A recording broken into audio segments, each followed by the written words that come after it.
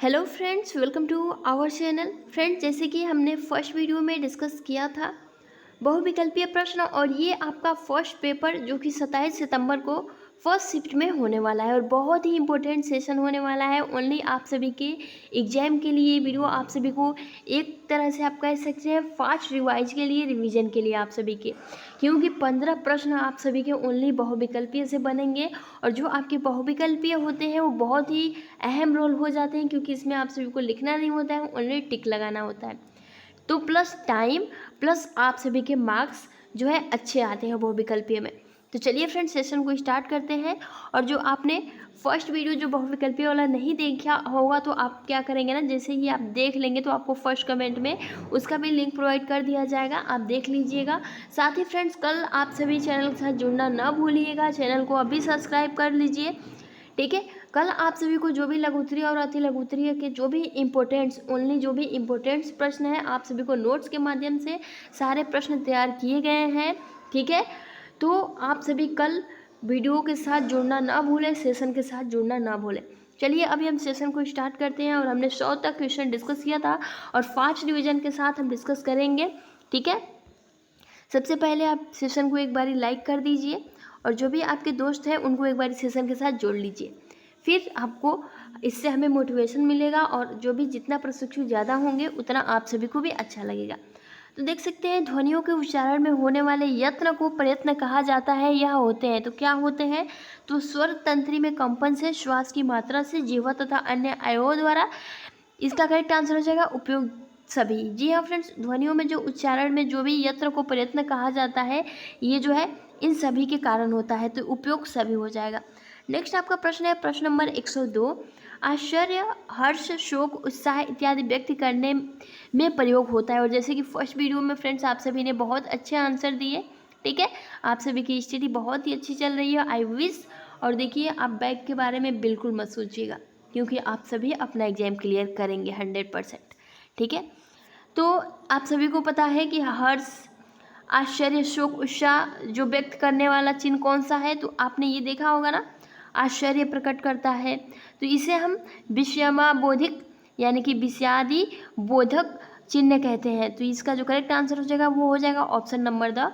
आश्चर्य, हर्ष और शोक और उत्साह जो भी आश्चर्यजनक वाले वर्ड्स होते हैं, कि क्या तुमने सच में एग्जाम पास कर लिया, है ना। कुछ ऐसे एग्जाम आप कह सकते होते हैं वाक्य जिसमें विश्व में अधिक बोधक का प्रयोग किया जाता है। तो इसका करेक्ट आंसर हो जाएगा ऑप्शन नंबर द। नेक्स्ट प्रश्न है प्रश्न नंबर 103। नवग्रह में समास है। तो फ्रेंड्स, नवग्रह में कौन सा समास है, तो सिंपली कह सकते हैं द्विगु समास। ऑप्शन नंबर 100 आपका यहाँ करेक्ट हो जाएगा। नेक्स्ट आपका प्रश्न है उर्वशी के रचनाकार हैं, तो आप फ्रेंड्स सिंपली कह सकते हैं रामधारी सिंह दिनकर। बहुत ही इंपॉर्टेंट हो जाता है और आप सभी की एक रचनाकार से रिलेटेड प्रश्न पूछा जाएगा। नेक्स्ट अभी आपकी स्क्रीन पर है क्वेश्चन नंबर 105। चिंतामणि के रचनाकार कौन है, तो फ्रेंड चिंतामणि के रचनाकार रामचंद्र शुक्ल हैं। नेक्स्ट आपका प्रश्न है गोदान के रचनाकार, तो सिंपली आप कह सकते हैं प्रेमचंद, है ना। नेक्स्ट आपका प्रश्न है कि देश विदेश में समास है। देश विदेश बहुत ही इंपॉर्टेंट है और हर बार आपके एग्जाम में पूछा जाता है। तो देश विदेश में द्वंद्व समास होता है, ठीक है। देख सकते हैं ये बीच में आपका लगा है ना, तो ये आपका द्वंद्व समास हो जाता है। तो इसका करेक्ट आंसर हो जाएगा ऑप्शन नंबर अ।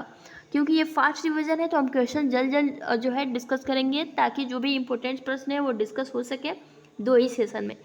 करुण जो है रस का अस्थायी भाव क्या होता है। करुण रस का अस्थायी भाव क्या होता है फ्रेंड्स, तो आप सिंपली कह सकते हैं शोक होता है। उत्साह का खुशी, है ना। हास जो कि हास्य रस, तो इसका जो करेक्ट आंसर हो जाए करुणा जो है शोक में किया जाता है, करुण रस। नेक्स्ट आपका प्रश्न है प्रश्न नंबर 109। तद्भव है एकल, आश्चर्य, अमृत या फिर अंधेरा। तो सिंपली कह सकते हैं कौन सा तद्भव है, तो अंधेरा जो है इसका करेक्ट आंसर हो जाएगा ऑप्शन नंबर द। नेक्स्ट आपका है आज्ञा समानार्थी शब्द है। 1 मिनट। आज्ञा समानार्थी शब्द है, किसके समानार्थी शब्द है, तो अनुमति के। आज्ञा या फिर आप कह सकते हैं अनुमति, इसके समान, ये दोनों अर्थ एक समान हो जाते हैं, आज्ञा मांगना या फिर अनुमति मांगना। तो ऑप्शन नंबर अ इसका करेक्ट हो जाएगा। प्रश्न नंबर 112। 9 2 11 होना यानी कि सिंपली भाग जाना, ठीक है। अ इसका करेक्ट आंसर हो जाएगा। ऊंची दुकान फीकी पकवान का क्या अर्थ होता है। फ्रेंड्स बहुत ही इंपॉर्टेंट हो जाता है। ऊंची दुकान और फीकी पकवान का क्या अर्थ होता है? तो आप सिंपली कह सकते हैं ऊंची दुकान और फीकी पकवान का ये होगा बाह्य आडंबर, है ना। जो भी ऊंची दुकान होगी और फीकी पकवान होगी यानी कि बाह्य आडंबर जो है इसका करेक्ट आंसर हो जाएगा। नेक्स्ट आपका प्रश्न है वायु का परिभाषी क्या होता है? तो हवा, पवन, अनिल ये सभी हो जाएगा। ये सभी जो है आपके वायु के परिभाषी हैं। नेक्स्ट आपका है तरड़ी का जो परिभाषी है वो क्या होता है? तो तरड़ी का परिभाषी फ्रेंड्स 114, इसका करेक्ट आंसर हो जाएगा नौका। नौका को हम तरड़ी भी कहते हैं, ठीक है। तरनी का परिभाषी क्या हो जाएगा? तरनी। तो फ्रेंड्स तरनी का परिभाषी हो जाएगा नदी। तो ये दोनों आप याद रखिए, तरनी जो है नौका में भी आता है और जो ये नदी है इसका तरनी परिभाषी हो जाएगा, ठीक है। नेक्स्ट आपका प्रश्न है प्रश्न नंबर 16 और अभी आपकी स्क्रीन पर है भित्ति का परिभाषी क्या होता है? भित्ति। तो फ्रेंड्स इसका जो परिभाषी होता है हम दीवार को भित्ति भी कहते हैं, तो इसका ऑप्शन नंबर ब करेक्ट हो जाएगा। तो फ्रेंड्स नेक्स्ट आप देखिए, सबसे पहले आप देखिए ये आपका भित्ति जो है वो बड़ी मात्रा छोटी मात्रा है और नीचे आप देख सकते हैं भीति दिया है। इसका परिभाषी क्या होगा? तो इसका परिभाषी आपका हो जाएगा डर। तो इन दोनों में आप फ़र्क एक बार समझ लीजिएगा। भीति, एक भीति का अर्थ होता है दीवार और सेकेंड जो आपका भीति है इसका जो परिभाषी होता है वो होता है आपका डर, यानी कि ऑप्शन नंबर अ। नेक्स्ट आपका है तालाब का क्या परिभाषी है? तो फ्रेंड्स तालाब, तालाब, जलाशय, पुष्कर यानी कि ये सभी हो जाएंगे, ठीक है। नेक्स्ट आपका है 119 कि जागरण का विलोम क्या होता है? जागरण का विलोम आप सभी से पूछा जा रहा है। तो जागरण मतलब जगे रहना, तो इसका जो विपरीत होगा वो होगा निद्रा, ठीक है। तो इसका ऑप्शन नंबर अ यहाँ करेक्ट हो जाएगा। नेक्स्ट प्रश्न है फ्रेंड्स, आई होप कि आपको ये सेशन अच्छा लग रहा है और आप सभी, क्योंकि ये फास्ट रिवीजन है, और आंसर करते रहें आप कमेंट्स बॉक्स में और सेशन को लाइक भी करते रहें और शेयर भी करते रहें ताकि इस सेशन के साथ प्रशिक्षु जुड़ सकें। तिमिर का विलोम शब्द क्या होता है फ्रेंड्स? तिमिर के बारे में पूछा गया है, तो ज्योति, ठीक है। तिमिर का विलोम क्या होता है? तिमिर मतलब आपका आप कह सकते हैं अंधकार, ठीक है। तो इसका जो करेक्ट आंसर हो जाएगा वो हो जाएगा ज्योति। नेक्स्ट आपका प्रश्न है प्रश्न नंबर 121 जो बहुत कठिनाई से मिलता है हम उसे क्या कहते हैं एक वर्ड में? तो फ्रेंड जो बहुत कठिनाई से मिलता है उसे हम दुर्लभ कहते हैं। ऑप्शन नंबर बी इसका आंसर हो जाएगा। नेक्स्ट आपका 122 अनुचित बात के लिए आग्रह कहलाता है, क्या कहलाता है? तो फ्रेंड्स दुराग्रह, है ना। अनुचित बात के लिए आग्रह दुराग्रह कहलाता है। ऑप्शन नंबर अ आपका यहाँ करेक्ट हो जाएगा। नेक्स्ट प्रश्न है फ्रेंड्स पंचवटी में कौन सा समास है? बहुत ही इंपॉर्टेंट ये प्रश्न है, तो द्विगु समास है, ठीक है, पंचवटी में। नेक्स्ट प्रश्न है नायक में कौन सी संधि है? और बहुत ही इंपॉर्टेंट है फ्रेंड्स, नायक में कौन सी संधि है? तो अयाद संधि। ऑप्शन नंबर आपका अ यहाँ करेक्ट हो जाएगा। नेक्स्ट आपका प्रश्न 125 पावक में कौन सी संधि है? तो पावक में जो है आपकी द यानी कि अयादि संधि है। नायक या फिर पावक इन दोनों में जो है आपकी अयादि संधि पाई जाती है। नेक्स्ट प्रश्न आपका 126 यद्यपि का जो है छंद विच्छेद आप सभी को करना है। तो देखिए यदि यदि प्लस अपि, ठीक है, इसका संधि विच्छेद हो जाएगा। तो देखिए ऑप्शन में यदि प्लस अपि जो है आप सभी को अ में दिख रहा है, तो इसका करेक्ट आंसर हो जाएगा अ। नेक्स्ट आपका प्रश्न है कि तथेव में संधि है। तथेव में संधि है 1 मिनट। तो फ्रेंड्स देखिए इसका जो करेक्ट आंसर हो जाएगा क्वेश्चन नंबर 127 का अ वृद्धि संधि है, ठीक है। ऑप्शन नंबर अ आपका यहाँ बिल्कुल करेक्ट हो जाएगा। नेक्स्ट है आपका कि 128 पवन का संधि विच्छेद क्या होता है फ्रेंड्स? तो पवन का जो संधि विच्छेद होता है वो होता है पो प्लस अन, ठीक है। तो ये हमारा मिलकर हो जाता है पवन। तो ऑप्शन नंबर आपका अ यहाँ करेक्ट हो जाएगा। नेक्स्ट प्रश्न है रविंद्र में कौन सी संधि है? फ्रेंड्स आप सभी से पूछा जा रहा है कि रविंद्र में कौन सा संधि है? तो आप सिंपली कह सकते हैं दीर्घ संधि, ठीक है। ऑप्शन नंबर अ यहाँ आपका करेक्ट हो जाएगा। नेक्स्ट आपका प्रश्न है देवेंद्र में कौन सी संधि है? तो फ्रेंड्स देवेंद्र में आपकी गुण संधि है। आपने पढ़ा होगा मात्राओं से रिलेटेड, आप सिंपली इसकी पहचान कर सकते हैं, ठीक है। और हमें यहाँ ज़्यादा डीपली पढ़ने की ज़रूरत नहीं है क्योंकि ये फास्ट रिवीजन है। आप सभी को अब डीपली नहीं पढ़ना है। जिसमें भी आप देख सकते हैं एक मात्राएँ होंगी उसको हम गुण संधि कहते हैं, ठीक है। दीर्घ संधि जो कि न द्र आधा न आता है, ठीक है, तो आप ऐसे पहचान सकते हैं। नेक्स्ट आपका 131 इको-यर्ची किस संधि का सूत्र है? बहुत ही इंपॉर्टेंट है। इको-यर्ची किस जो है संधि का सूत्र है? तो फ्रेंड्स ये आपका सूत्र है यड़ संधि। ऑप्शन नंबर ब इसका राइट आंसर हो जाएगा। नेक्स्ट प्रश्न है अभी आपकी स्क्रीन पर, आद गुणा किस संधि का सूत्र है? तो फ्रेंड्स 132 आद गुणा जो है आप सभी का गुण संधि का सूत्र है। आप सिंपली ऐसे भी रिलेट करके इसे याद रख सकते हैं। उत्साह है, उत्साह क्या है फ्रेंड्स? भाववाचक संज्ञा है, गुणवाचक संज्ञा है, क्रिया है या फिर कोई नहीं है? तो आप सिंपली कह सकते हैं उत्साह जो हमारे भाव प्रकट करते हैं, जो हमारे भाव में होते हैं तभी तो हम उत्साह होते हैं, तो ये आपके भाववाचक संज्ञा हो जाएंगे। नेक्स्ट आपका है करुणा क्या है फ्रेंड्स? तो 134 तो करुणा आपका क्या है? ये भी आपके भाव से ही उत्पन्न होता है, तो ये भी भाववाचक संज्ञा है। नेक्स्ट आपका प्रश्न है दयनीय में प्रत्यय है, दयनीय में कौन सा प्रत्यय है? तो फ्रेंड्स आप भी सिंपली कह सकते हैं ईय, ठीक है, दयनीय। ईय जो प्रत्यय है लास्ट में है ना, दयनीय, तो ईय, तो इसका जो करेक्ट आंसर हो जाएगा वो हो जाएगा आपका द। ऑप्शन नंबर जो है द इसका करेक्ट आंसर हो जाएगा। नेक्स्ट आपका प्रश्न 136 प्र में उपसर्ग, प्र उपसर्ग से बना है, किस उपसर्ग से बना है? तो प्रश्न, प्रश्न, प्रहार, यानी कि आप कह सकते हैं उपयोग सभी, ठीक है। तो फ्रेंड्स नेक्स्ट आपका प्रश्न है निम्न में से हवा का परिवाची नहीं है, अनल, समीर, वायु या फिर अनिल? तो फ्रेंड्स 137 का आप सिंपली कह सकते हैं अनल जो है ये हवा का परिवाची नहीं है, बाकी आपका समीर, वायु, अनिल जो है ये हवा का परिवाची होता है, ठीक है। नेक्स्ट प्रश्न है आपका 138 यथाशक्ति में कौन सा समास है? तो फ्रेंड्स यथाशक्ति में आपका जो है अव्ययी जो है भाव समास पाया जाता है। ऑप्शन नंबर अ यहाँ करेक्ट हो जाएगा। नेक्स्ट आपका है कृष्ण सर्प में कौन सा समास है? तो जो आपका कृष्ण सर्प होता है इसमें कर्मधारय समास होता है। ऑप्शन नंबर ब आपका यहाँ करेक्ट हो जाएगा। नेक्स्ट है फ्रेंड्स पीताम्बर में कौन सा समास है? तो फ्रेंड्स आप सिंपली कह सकते हैं बहुब्रीहि, जिसका मतलब पीताम्बर आप सिंपली जाने होंगे इसका डेफिनेशन, ठीक है, तो इसका करेक्ट आंसर हो जाएगा बहुब्रीहि समास। नेक्स्ट प्रश्न है माता पिता में कौन सा समास है? फ्रेंड्स अभी इससे रिलेटेड हमने प्रश्न डिस्कस किया, क्योंकि बीच में डैश आ गया तो ये हमारा द्वंद्व समास हो जाएगा। नेक्स्ट आपका प्रश्न है चतुर्मुख में कौन सा समास है? 142 तो फ्रेंड्स इसमें जो है आपके द्विगु समास पाए जाते हैं, ठीक है, तो ऑप्शन नंबर इसका ब राइट हो जाएगा। नेक्स्ट प्रश्न है काला घोड़ा दौड़ रहा है, इस वाक्य में काला क्या है? फ्रेंड्स पूछा जा रहा है काला जो है घोड़ा दौड़ रहा है, इस वाक्य में काला क्या है? विश्लेषण है, क्रिया है या फिर सर्वनाम है या फिर कोई नहीं है? तो हम सिंपली कह सकते हैं काला घोड़ा दौड़ा है, तो घोड़े के बारे में विशेषताएं बताई जा रही हैं, है ना, तो ये आपका विश्लेषण है, एडजेक्टिव है, ठीक है, ऑप्शन नंबर अ इसका यहाँ करेक्ट हो जाएगा।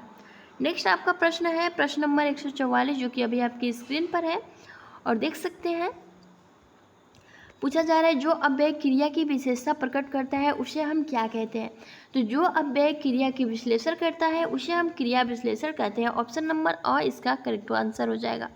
नेक्स्ट प्रश्न है अधिक मत बोलो में क्रिया विश्लेषण है, अधिक मत बोलो, तो फ्रेंड्स आप सिंपली कह सकते हैं इसमें अधिक जो है बोलने को लेकर ये कहा जा रहा है कि अधिक मत बोलो, यानी कि ऑप्शन नंबर अ जो है इसका करेक्ट आंसर हो जाएगा। नेक्स्ट आपका प्रश्न है निपात है क्या है? हाँ, जी, मत, खबरदार या फिर उपयोग सभी? तो फ्रेंड्स निपात क्या होता है? तो हाँ, जी, मत, खबरदार ये सब जो है आपके निपात होता है, ठीक है। नेक्स्ट प्रश्न है फ्रेंड्स तस्तम है, तस्तम कौन सा है? तो आप सिंपली कह सकते हैं आत्र भी है, अग्नि भी है, उत्तिष्ठ, ये सारे जो है संस्कृत के वर्ड्स यानी कि उपयोग सभी हो जाएगा। नेक्स्ट आपका प्रश्न है तद्भव, तो अगम, आँच, आग, उपयोग सभी, तो सिंपली आप कह सकते हैं ये सभी है, ये सभी जो है आपके नॉर्मल वर्ड्स हैं, ये संस्कृत वर्ड्स नहीं है, तो ये संस्कृत मतलब जो है चेंज करके वर्तमान में आप कह सकते हैं तद्भव के रूप ले लिए हैं, तो इसका करेक्ट आंसर हो जाएगा उपयोग सभी। ब वर्ण का उच्चारण होता है फ्रेंड्स, ब वर्ण का उच्चारण 149 और हमने इससे रिलेटेड बहुत जो है प्रश्न डिस्कस किए हैं, तो आप सिंपली कह सकते हैं ओष्ठ से, ठीक है। प जो हमारा वर्ग होता है वो ओष्ठ के माध्यम से जितने भी उसमें अक्षर आते हैं उसे हम करते हैं। कामायनी जो कि एक आप कह सकते हैं बहुत ही प्रसिद्ध रचना है, ठीक है, तो कामायनी किसने लिखा है, तो आप सिंपली कह सकते हैं जयशंकर प्रसाद ने। ठीक है, नेक्स्ट आपका प्रश्न है प्रश्न नंबर 151, मनुष्यता में है क्या है, कौन सी संज्ञा है। तो फ्रेंड्स इसमें आपके भाववाचक पाए जाते हैं, मनुष्य में भाव पाए जाते हैं। ठीक है, तो इसका करेक्ट आंसर ऑप्शन नंबर ब हो जाएगा। नेक्स्ट प्रश्न देख लेते हैं प्रश्न नंबर 152, पर्वत है, पर्वत क्या है फ्रेंड्स, तो पर्वत आपका जो है जातिवाचक संज्ञा है। ऑप्शन नंबर अ। भाषा की इकाई होती है, तो भाषा की इकाई जो होती है वो होती है आपकी ध्वनि। ठीक है, नेक्स्ट प्रश्न देख लेते हैं फ्रेंड्स। सेशन अगर आपको अच्छा लग रहा हो तो फ्रेंड्स आप एक बार लाइक कर सकते हैं और अपने दोस्तों को ज़रूर शेयर करें। हिंदी वर्णमाला में स्वरों की संख्या कितनी होती है, पूछा जा रहा है। जो आपका हिंदी वर्णमाला है इसमें स्वरों की संख्या ओनली पूछी जा रही है, ध्यान दीजिए, व्यंजनों की नहीं पूछी जा रही है। तो 11 होता है। ठीक है, ऑप्शन नंबर आपका ब यहाँ राइट हो जाएगा। नेक्स्ट आपका प्रश्न है हिंदी वर्णमाला में व्यंजनों की संख्या कितनी होती है, तो हिंदी वर्णमाला में जो व्यंजन होते हैं वो आपके 33 होते हैं। ऑप्शन नंबर आपका द यहाँ राइट हो जाएगा। नेक्स्ट फ्रेंड्स है प्रश्न है वर्णों का निर्माण होता है तो किसके द्वारा होता है, तो फ्रेंड जो वर्णों का निर्माण होता है वो आपका स्वरों से और व्यंजनों से मिलकर होता है। तो इसका करेक्ट आंसर हो जाएगा दोनों से।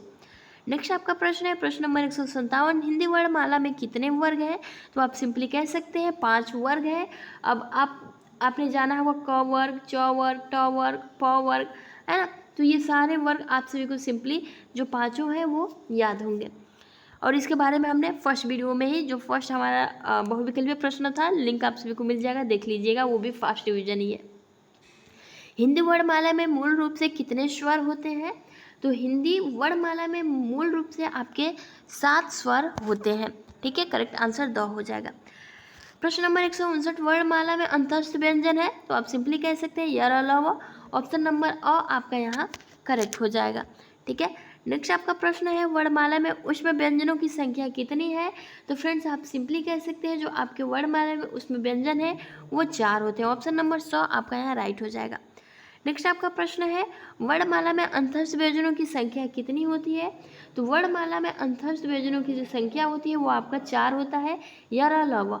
ठीक है, नेक्स्ट आपका प्रश्न है वर्णमाला में ऊष्म व्यंजन कौन कौन से हैं, तो फ्रेंड्स अभी हमने जाना कि 4 प्रकार के होते हैं। कौन कौन से, तो आपका श हो गया, श हो गया, श हो गया, ह हो गया। तो ये चारों जो है आपके ऊष्म व्यंजन है।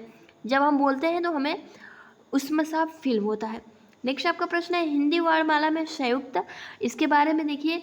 हिंदी वर्णमाला में जो आपके संयुक्त व्यंजन है वो कौन है, तो त्र, छ्र, त्र, ज्ञ और श्र। तो ऑप्शन नंबर जो है इसका अ यहाँ करेक्ट हो जाएगा, इसे हम संयुक्त व्यंजन कहते हैं। हिंदी में लिंग है कितने हैं फ्रेंड्स, हिंदी में जो लिंग होते हैं वो कितने होते हैं, तो 2 होते हैं, स्त्रीलिंग और पुल्लिंग। नेक्स्ट आपका प्रश्न है संस्कृत में लिंग होते हैं, तो संस्कृत में आपके 3 लिंग होते हैं, स्त्रीलिंग, पुल्लिंग एंड बहुवचन भी होता है ना। नेक्स्ट प्रश्न है 166, क्रिया के भेद हैं, तो क्रिया के 3 भेद होते हैं, सिंपली आप सभी को पता होना चाहिए। नेक्स्ट आपका प्रश्न है प्रश्न नंबर 167 और पूछा जा रहा है कि जिन व्यंजनों के उच्चारण में श्वास कम मात्रा में निस्तारित होता है उसे कहते हैं, तो क्या कहते हैं, उसे हम अल्प प्राण कहते हैं। इसे बोलने में जो भी उच्चारण श्वास जो है कम मात्रा जो है निस्तारित होती है। नेक्स्ट आपका प्रश्न है 168, जिन व्यंजनों को श्वास अधिक लगता है फ्रेंड्स हम उन्हें क्या कहते हैं, तो उन्हें हम महाप्राण कहते हैं। यानी कि कम लगता है अगर जो है श्वास में बोलना या तो वो हमारा अल्प प्राण हो जाएगा, अगर ज़्यादा लगता है तो वो हमारा महाप्राण हो जाएगा।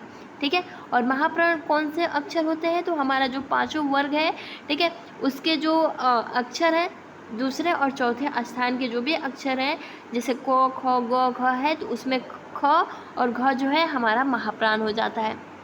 नेक्स्ट आपका प्रश्न है प्रश्न नंबर 169, अनुग्रह का समानार्थी शब्द है। फ्रेंड्स अनुग्रह का जो समानार्थी शब्द होता है 169, तो आप सिंपली कह सकते हैं अनुकंपा। ऑप्शन नंबर अ आपका यहाँ राइट हो जाएगा। नेक्स्ट है आलोचना का समानार्थी। फ्रेंड्स आलोचना का जो है समान अर्थ वाला कोई शब्द आप सभी को दिख रहा है, बिल्कुल समीक्षा करना। ऑप्शन नंबर अ यहाँ आपका राइट हो जाएगा। मनीषी का समानार्थी यानी कि मनीषी के समान का कोई अर्थ जो है आप सभी को दिख रहा होगा, तो मनीषी मतलब क्या होता है, ज्ञानी होता है। ठीक है, तो देखिए इसका आ जाएगा ब ज्ञानी, है ना, ये दोनों का जो अर्थ है वो समान हो जाएगा। अतिवृष्टि का विलोम शब्द आप सभी से पूछा जा रहा है, तो सिंपली कह सकते हैं अनावृष्टि। ऑप्शन नंबर ब आपका यहाँ राइट हो जाएगा। अमर का विलोम शब्द फ्रेंड्स अमर होना, और इसका विलोम शब्द क्या हो जाएगा, तो नश्वर होना। ऑप्शन नंबर स यहाँ राइट हो जाएगा। संयुक्त व्यंजन है, अभी हमने डिस्कस किया, त्र, ज्ञ, च, स, ठीक है, तो ऑप्शन नंबर अ आपका यहाँ राइट हो जाएगा। नेक्स्ट आपका प्रश्न है, संयुक्त व्यंजन में छ बनता है, किससे बनता है, तो फ्रेंड्स किससे बनता है, तो क, ठीक है, ये हलंत लगाना बहुत ज़रूरी है, प्लस खटकोर वाला जो आपका स होता है, ये इन दोनों से मिलकर आपका छ बनता है। नेक्स्ट आपका प्रश्न है आपका त हलंत र, ठीक है, ये मिलने पर क्या बनता है, तो फ्रेंड्स ये मिलने पर हमारा त्र बन जाता है। ठीक है, अगर पूछ दिया त्र किससे बनता है, तो त्र त प्लस र हलंत लगाना सबसे ज़रूरी हो जाता है। ऑप्शन नंबर इसका ब राइट हो जाएगा। नेक्स्ट आपका प्रश्न है, चंद्रमा फंदा अंत में है, तो क्या है, चंद्रमा फंदा, तो इसके अंत में क्या आप सभी को पाया जा रहा है, तो आप सिंपली कह सकते हैं अनुस्वार, है ना। ऑप्शन नंबर जो इसका करेक्ट आंसर हो जाएगा वो हो जाएगा अ। नेक्स्ट आपका प्रश्न है, इन वाक्यों का समूह कहलाता है, कई वाक्यों का समूह क्या कहलाता है, तो आप सिंपली कह सकते हैं अनुच्छेद, है ना। कई वाक्यों का जब समूह मिलता है तो क्या कहलाता है, तो अनुच्छेद। नेक्स्ट आपका प्रश्न है प्रश्न नंबर 179 और अभी आपकी स्क्रीन पर है, सबसे प्राचीन भाषा कौन सी है, फ्रेंड्स सबसे प्राचीन भाषा कौन सी है आपकी, तो आप सभी को सिंपली पता होनी चाहिए संस्कृत।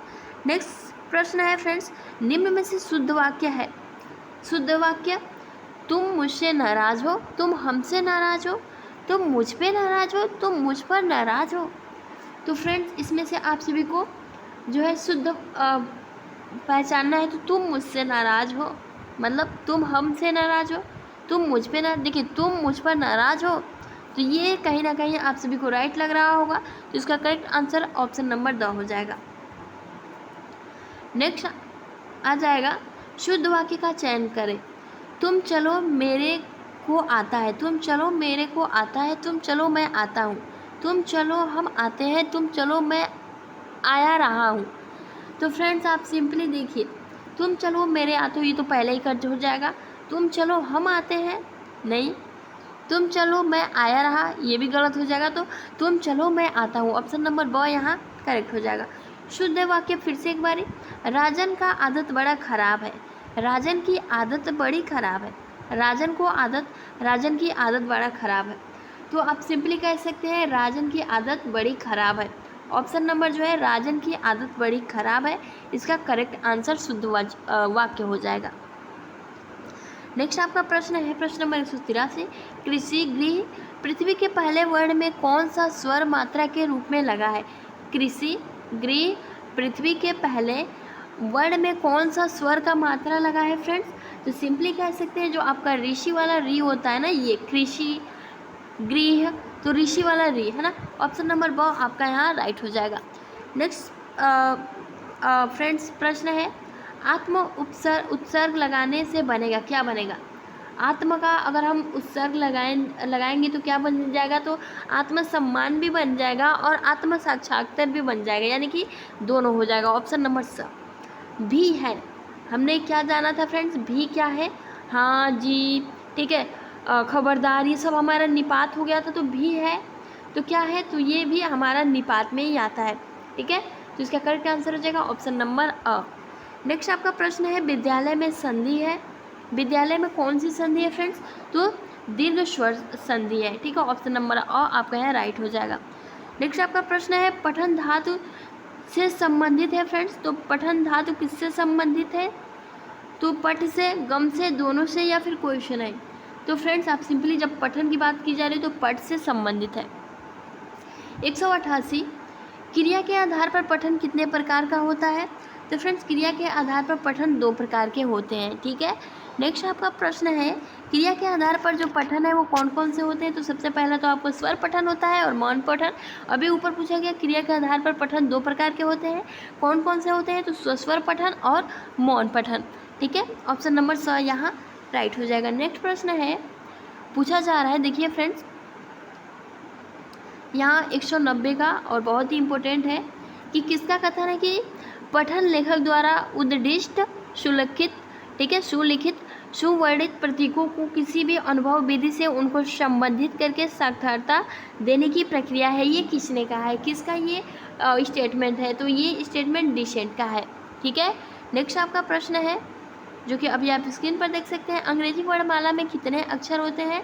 तो आप सिंपली कह सकते हैं 26। ऑप्शन नंबर ब आपका यहाँ राइट हो जाएगा। अंग्रेजी वर्णमाला में कितने स्वर यानी कि वावेल होते हैं? तो सिंपली आप सभी को पता होना चाहिए 5 वावेल होते हैं, ठीक है। नेक्स्ट आपका प्रश्न है कि जो अंग्रेजी मतलब जो आपके कॉन्सोनेंट होते हैं, जो व्यंजन होते हैं, वो कितने होते हैं? तो जब 26 में से हम 5 को माइनस कर देंगे तो कितने हो जाएंगे? 21 आप सभी के वावेल यानी कि व्यंजन होते हैं, ठीक है। नेक्स्ट आपका प्रश्न है अंग्रेजी वर्णमाला के स्वर कौन से हैं? तो फ्रेंड्स आप सिंपली कह सकते हैं A, E, I, O, U 5 होते हैं और ये A, E, I, O, U जो है आपके वावेल हैं, ठीक है। नेक्स्ट आपका प्रश्न है निम्न में से हंस पद का चिन्ह है, हंस पद का चिन्ह कौन सा है? तो ये आपका ये वाला जो चिन्ह होता है ना, इसे हम हंस पद कहते हैं। ब इसका करेक्ट आंसर हो जाएगा। निम्न में से उदाहरण का चिन्ह है, तो हम जो इन्वर्टेड कामा लगाते हैं, ठीक है, डबल कामा, तो ऑप्शन नंबर ए को जो है उदाहरण चिन्ह कहते हैं, यहाँ राइट हो जाएगा। नेक्स्ट प्रश्न है फ्रेंड्स शक्ति भक्ति ज्ञान विज्ञान अरहर मगहर शब्द में जो है किसे प्रदर्शित कर रहा है? मतलब शक्ति भक्ति ज्ञान विज्ञान अरहर मगहर जो ये आपके शब्द हैं, ये किसको प्रदर्शित कर रहा है? तो विलोम शब्द या फिर देखिए विलोम शब्द तो ये होगा नहीं क्योंकि शक्ति भक्ति ज्ञान विज्ञान अरहर मगहर तो ये आपके सारे जो है तुकांत शब्द को प्रस्तुत कर रहा है, यानी कि ऑप्शन नंबर ब यहाँ राइट हो जाएगा। स्पर्श व्यंजनों की संख्या 25 होती है जिसे 5 वर्गों में बांटा जाता है, आप सभी को हमने पहले भी बताया है। नेक्स्ट है कि निम्न में से स्पर्श व्यंजन कौन से हैं?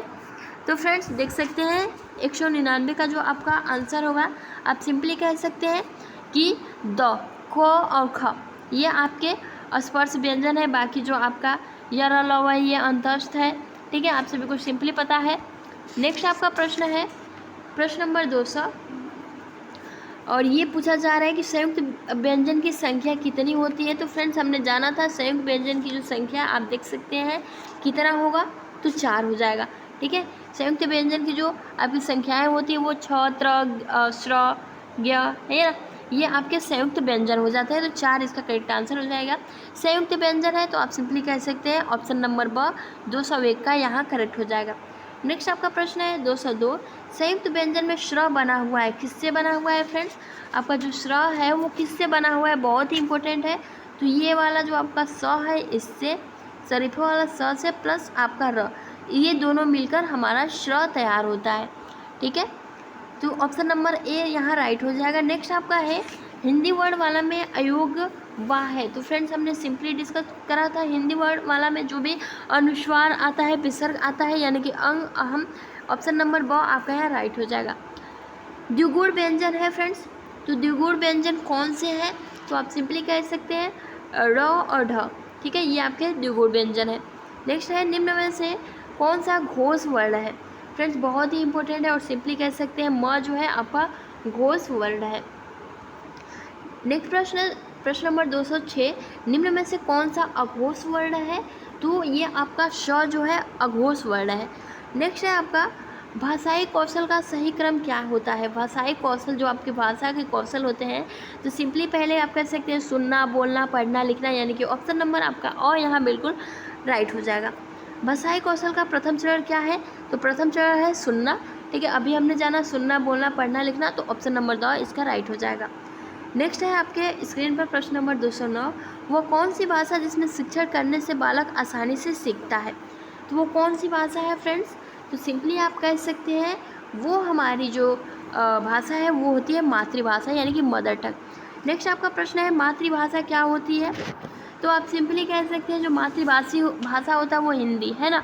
नेक्स्ट आपका प्रश्न है बालकों की प्रथम पाठशाला कौन सी होती है? प्रश्न नंबर 211 तो बालकों की प्रथम जो पाठशाला होती है वो उनका परिवार होता है, उनका समाज होता है ना, ऑप्शन नंबर स। नेक्स्ट आपका प्रश्न है प्रश्न नंबर 212 हिंदी का संबंध किस लिपि से है? तो आप सिंपली कह सकते हैं कि देवनागरी लिपि से है, ठीक है। नेक्स्ट आपका प्रश्न है, हिंदी शिक्षक जब शिक्षण कार्य करता है तो उसे कराना चाहिए, क्या कराना चाहिए फ्रेंड्स? तो उसे जो है सस्वर वाचन भी कराना चाहिए, मौन वाचन भी कराना चाहिए, यानी कि करेक्ट आंसर 100 हो जाएगा दोनों।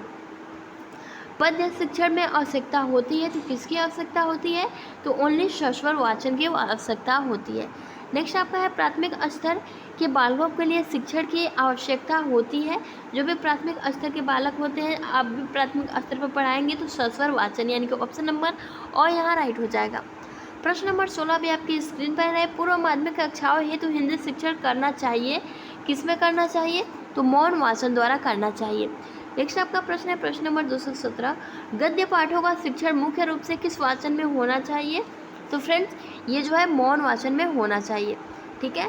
नेक्स्ट आपका प्रश्न है, प्रश्न नंबर 218, मौखिक अभिव्यक्ति में कौन सी विधि उचित नहीं है?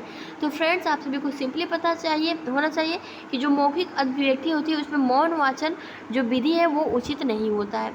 नेक्स्ट आपका प्रश्न है, प्रश्न नंबर 219, मौखिक आत्म प्रकाशन का आधार नहीं है। तो मौखिक आत्म प्रकाशन का जो आधार है वो आपका मौन वाचन नहीं है, ठीक है। नेक्स्ट आपका है, हिंदी किस लिपि से संबंधित है? तो देवनागरी लिपि से संबंधित है। वर्णों के समूह को हम क्या कहते हैं फ्रेंड्स? तो वर्णों के जो समूह होते हैं हम उन्हें वर्णमाला कहते हैं। अब पूछ दिया जाएगा हिंदी वर्णमाला के मूल रूप कितने होते हैं? तो फ्रेंड्स 52 होते हैं।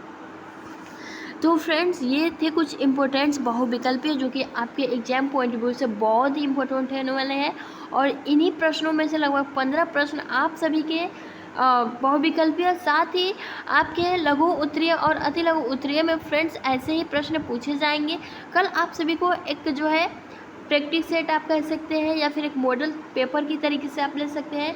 जितने भी क्वेश्चंस बनेंगे इम्पोर्टेंट्स लघु उत्तरीय और अति लघु उत्तरीय का, ठीक है, हम कोशिश करेंगे कम टाइम में आप सभी को सब कुछ नोट्स के माध्यम से बता दिया जाए, डिस्कस कर लिया जाए। अभी के लिए इतना ही। सेशन अगर आपको अच्छा लगा हो तो एक बार लाइक कर दीजिए। मिलते हैं फ्रेंड्स नेक्स्ट वीडियो में। Thanks for watching.